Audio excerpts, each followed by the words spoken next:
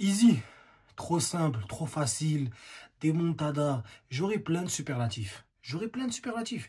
Mais au final, je reviens au même. Ce match-là, il est compliqué à débriefer. Parce qu'il n'y a pas grand-chose à dire. Au final, je pourrais dire on les a claqués parce qu'on leur a mis 4-0. Je pourrais dire c'est quasiment le même match avec plus de réussite qu'il y a 2 semaines parce qu'on leur a mis 4-0. Saint-Etienne, c'est une équipe de Ligue 2. Comme l'a mis Mopé sa story. Envoyez-les en Ligue 2.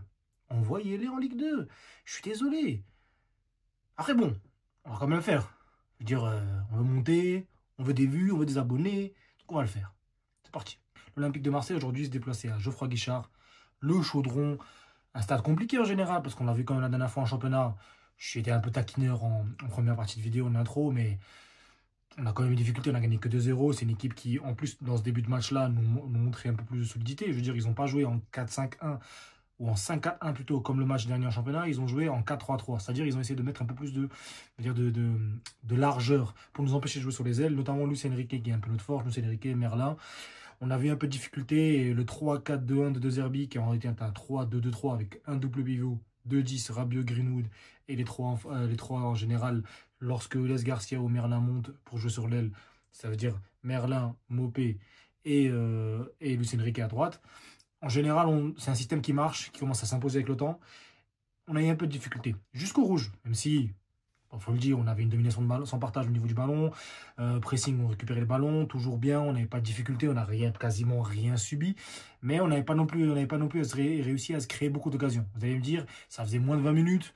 C'était compliqué quand même de juger. Oui, c'est le cas. Mais on commençait à montrer que c'était après la même physionomie que le match d'avant. Maintenant, il faut dire que le rouge, il est logique. Balerdi, qui enfin pour moi montre un peu de vice, c'est ça qu'on a envie.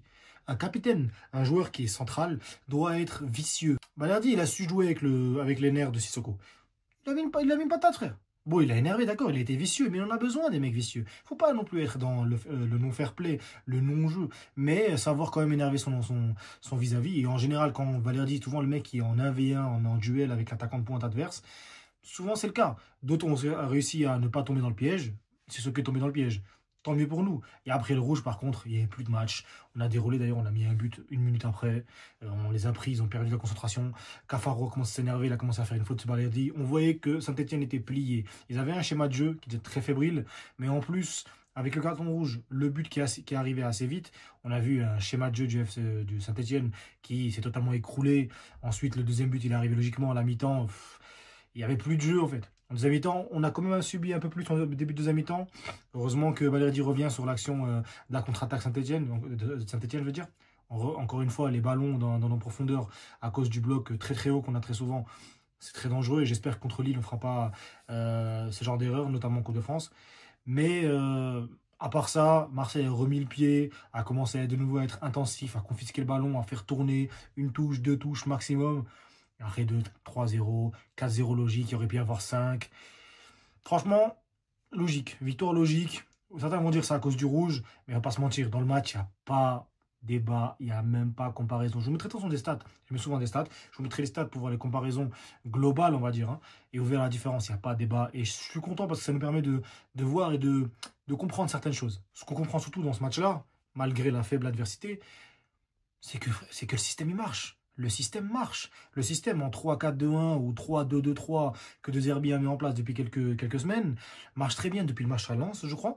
L'équipe fonctionne très bien. Le 11 commence à marcher. Les 3 défenseurs derrière permettent d'avoir une bonne relance. Delange a été intéressant comme Roulis parce que voilà, on voulait des gardiens qui jouent bien la balle au pied. C'est très important pour encore aujourd'hui parce que quand Saint-Etienne tentait les pressings, il n'arrivait pas. On a eu plein de très belles sorties de balles. Les choses qu'on voyait à l'époque sous Sampaoli.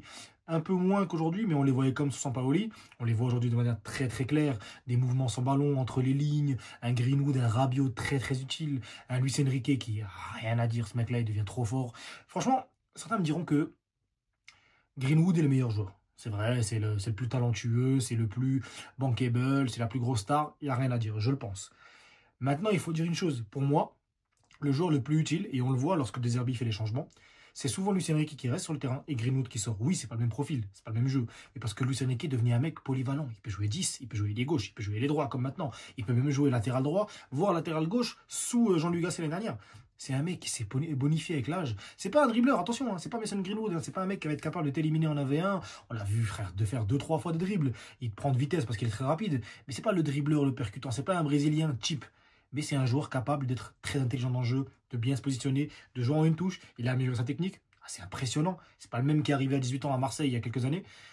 Donc franchement, pour moi, c'est l'homme du match et c'est le mec, on va dire, de la mi-saison. De toute façon, on fera une vidéo de mi-saison où on parlera un peu de tout, du contenu des joueurs et ainsi de suite. Mais pour moi, c'est l'homme de la mi-saison parce que ultra décisif, que ce soit en passe ou en but, très bien positionné. Je pourrais faire des longues minutes d'éloges.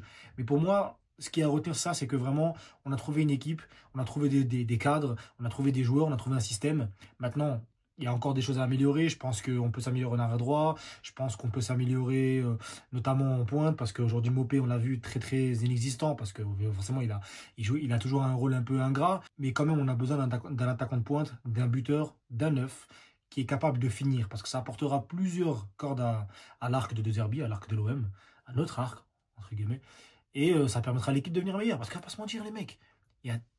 Contre Lille, on a vu des failles. On a vu que quand ça marche bien, oui, mais lorsqu'on a une perte de concentration, même aujourd'hui, lorsqu'on a une petite perte de concentration, ça a duré que 15-20 minutes, ça peut nous tuer. Quand ça arrivé contre Reims, ça nous a tué, nous a mis 2 buts. Ça est arrivé contre Lille, on a subi en fin de match. Ça arrivé contre le PSG, au début, ils nous ont eu, bon, après le carton rouge, autre chose. Ça arrivé contre Lyon. En fait, lors des matchs qui vont être ultra décisifs, et de toute façon, ça me permet de venir directement au prochain dernier sujet de la vidéo. Lors du prochain match, on affronte Lille. Ceux qui ont vu le tirage, on affronte Lille à domicile. Remake du match en championnat d'il y a même pas 2 semaines. Je vous dis, ça va être compliqué. Parce que Lille aura un calendrier chargé. Et en général, les calendriers, ça indique que c'est plus facile de jouer peu de matchs. Non, c'est mieux d'avoir du rythme. Donc Lille aura un calendrier chargé. Ce sera le début d'un calendrier chargé parce qu'ils s'affronteront Nice et Liverpool après nous. Je ne suis pas convaincu qu'une équipe avec aussi peu de bancs puisse, pour moi, tenir à long terme. Parce qu'aujourd'hui, on a vu que lorsque ça commençait un peu à faire n'importe quoi, De Zerbi a sorti certains joueurs et a fait rentrer, par exemple, Koné, Wai et Jonathan Rowe. Jonathan Rowe, rien à dire. Il faut qu'il se contrôle un peu plus. Il faut qu'il soit un peu plus lucide. Mais il a fait une passe d'ess magnifique, bien joué. J'ai rien à dire sur lui. C'est un joueur qui, avec le temps, pour moi, sera le titulaire dans cette équipe, s'il trouve sa place. Mais pour moi, Koné, Wai, c'est assez inexistant. Koné, par aujourd'hui, il n'a servi à rien. Il est rentré en fin de match contre une équipe qui est apathique, qui ne sert à rien. Aujourd'hui, Saint-Etienne, en fin de match, après le 3-0, ils étaient apathiques. Et pourtant, on n'a pas vu quelque chose de Koné. On n'a pas vu des fulgurances, on n'a pas vu des portées de balles, on n'a pas vu une création d'occasion. On a vu souvent des pertes de balles assez bêtes. Pour moi, c'est symptomatique de ce genre de joueur qui nécessite, pour moi, qui a besoin de confiance, mais qui doit se montrer dans les matchs comme ça. Maintenant, on verra est-ce qu'il jouera d'ici le match contre Lille. Je ne sais pas, parce que je pense que De Zerbi va prendre trop sérieux encore ce match-là. Encore plus qu'aujourd'hui. Je pense qu'il mettra encore plus l'équipe type. On verra ce que le mercato apportera. Est-ce que Harit sera là? Est-ce que Pogba viendra, mais il jouera qu'en mars? Est-ce que d'autres joueurs vont venir? J'en ai aucune idée. Mais pour moi, ce match-là, il est quand même de bonne facture parce que tu gagnes 4-0, tu vas en vacances, tu es tranquille, tu termines la mi-saison en 2e place et qualifié en 16e de Coupe de France. Et au final, tu as trouvé ton 11. Il n'y a pas mieux pour terminer. Voilà, c'est tout pour moi. Merci à vous de regarder la vidéo. N'oubliez pas de lâcher un like. Vous m'avez beaucoup soutenu dans la dernière vidéo. Continuez comme ça. Mettez-moi en commentaire ce que vous avez pensé du match. Donnez-moi votre avis. Chacun a son analyse. Chacun a le droit d'avoir son avis et de penser différemment. Et on se retrouve pour le prochain match. Pour la reprise déjà. Et surtout, il y aura des vidéos avant la fin de l'année parce qu'on a des choses à dire au niveau du bilan et pas mal de choses.